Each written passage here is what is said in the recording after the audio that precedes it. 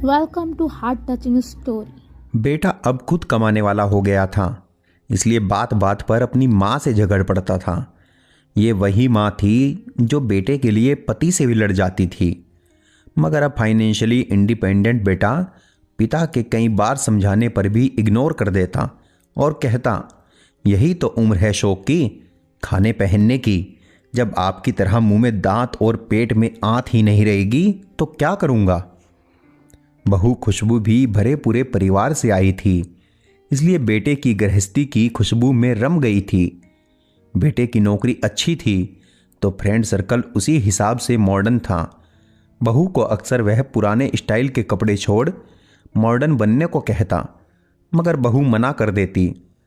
वो कहता, कमाल करती हो तुम, आजकल सारा जमाना ऐसा करता है। मैं क्या कुछ नया कर रहा हूँ, तुम्हारे सुख के लिए सब कुछ कर रहा हूँ और तुम हो कि उन्हीं पुराने विचारों में अटकी हो। क्वालिटी लाइफ क्या होती है तुम्हें मालूम ही नहीं। और बहू कहती, क्वालिटी लाइफ क्या होती है ये मुझे जानना भी नहीं है, क्योंकि लाइफ की क्वालिटी क्या हो मैं इस बात में विश्वास रखती हूँ। आज अचानक पापा आईसीयू में एडमिट हुए थे। हार्ट अटैक आया था। डॉक्टर ने पर्चा पकड़ाया, 3 लाख और जमा करने थे। 1.5 लाख का बिल तो पहले ही भर दिया था, मगर अब ये 3 लाख भारी लग रहे थे। वह बाहर बैठा हुआ सोच रहा था कि अब क्या करे। उसने कई दोस्तों को फ़ोन लगाया कि उसे मदद की ज़रूरत है, मगर किसी ने कुछ बहाना कर दिया। आंखों में आंसू थे और वह उदास था। तभी खुशबू खाने का टिफ़िन लेकर आई और बोली, अपना ख्याल रखना भी ज़रूरी है। ऐसे उदास होने से क्या होगा, हिम्मत से काम लो। बाबूजी को कुछ नहीं होगा, आप चिंता मत करो। कुछ खा लो, फिर पैसों का इंतजाम भी तो करना है आपको। मैं यहाँ बाबूजी के पास रुकती हूँ, आप खाना खाकर पैसों का इंतजाम कीजिए। पति की आंखों से टप टप आंसू झरने लगे। कहा ना, आप चिंता मत कीजिए। जिन दोस्तों के साथ आप मॉडर्न पार्टियां करते हैं, आप उनको फ़ोन कीजिए, देखिए तो सही कौन कौन मदद को आता है। पति खामोश और सूनी निगाहों से जमीन की तरफ देख रहा था कि खुशबू का हाथ उसकी पीठ पर आ गया और वह पीठ को सहलाने लगी।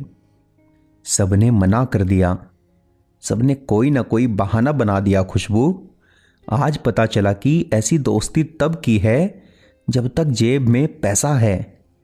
किसी ने भी हाँ नहीं कहा, जबकि उनकी पार्टियों पर मैंने लाखों उड़ा दिए। इसी दिन के लिए बचाने को तो माँ बाबा कहते थे। खैर कोई बात नहीं, आप चिंता ना करो, हो जाएगा सब ठीक। कितना जमा करना है? अभी तो तनख्वाह मिलने में भी समय है, आखिर चिंता कैसे ना करो खुशबू। तुम्हारी ख्वाहिशों को मैंने संभाल रखा है। क्या मतलब? तुम जो नई नई तरह के कपड़े और दूसरी चीज़ों के लिए मुझे पैसे देते थे, वो सब मैंने संभाल रखे हैं। माँ जी ने फ़ोन पर बताया था 3 लाख जमा करने हैं। मेरे पास 2 लाख थे, बाकी मैंने अपने भैया से मंगवा लिए हैं। टिफ़िन में सिर्फ एक ही डिब्बे में खाना है, बाकी में पैसे हैं। खुशबू ने थैला टिफ़िन सहित उसके हाथों में थमा दिया। खुशबू, तुम सचमुच अर्धांगिनी हो। मैं तुम्हें मॉडर्न बनाना चाहता था, हवा में उड़ रहा था, मगर तुमने अपने संस्कार नहीं छोड़े। आज वही काम आए हैं। सामने बैठी माँ की आंखों में आंसू थे।